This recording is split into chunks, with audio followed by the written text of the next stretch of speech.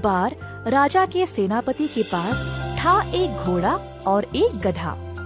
घोड़े का इस्तेमाल वह जंग में करते थे और गधे को भार उठाने के लिए।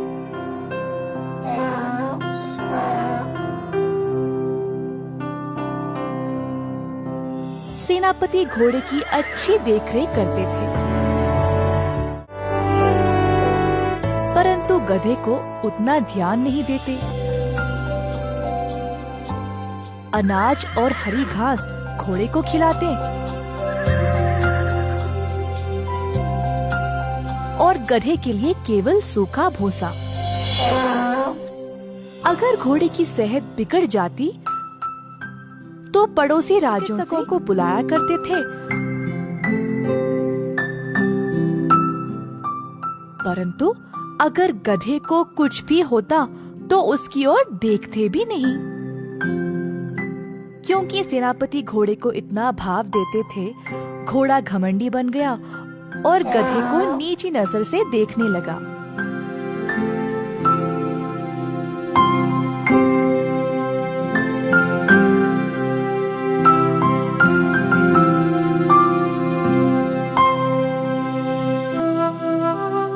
एक शाम गधा बहुत ही थक गया और अपने अस्तबल में चला गया।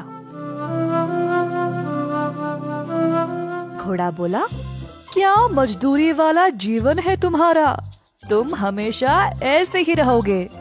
गधे ने घोड़े की बातों को ध्यान ना देने की कोशिश की, परंतु घोड़ा ताने देता ही रहा।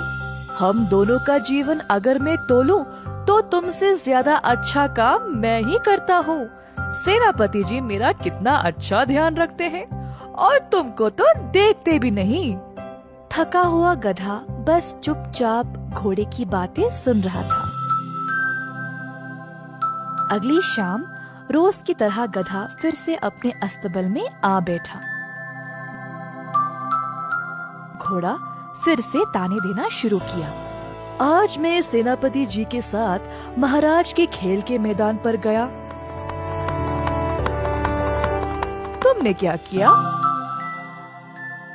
मैं वन में गया और लकड़ी वापस ले आया।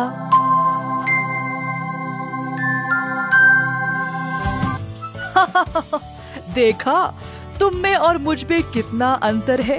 मैं तुमसे बहुत महान हूँ। गधे ने सोचा, कोई फायदा नहीं, दिन पे दिन ये घोड़ा मेरा अपमान किए जा रहा है। किसी दिन इसको सबक सिखाना ही पड़ेगा। गधा चुपचाप ही रहा। कुछ समय बाद पड़ोसी राज्यों के साथ सुलह हो गई थी और अब जंग की आवश्यकता नहीं थी। इसी कारण अब सेनापति को घोड़े की भी जरूरत नहीं रही और घोड़े से भी अब उनका ध्यान हटने लगा। अब जंग के घोड़े को भी भार उठाने का काम पर लगा दिया।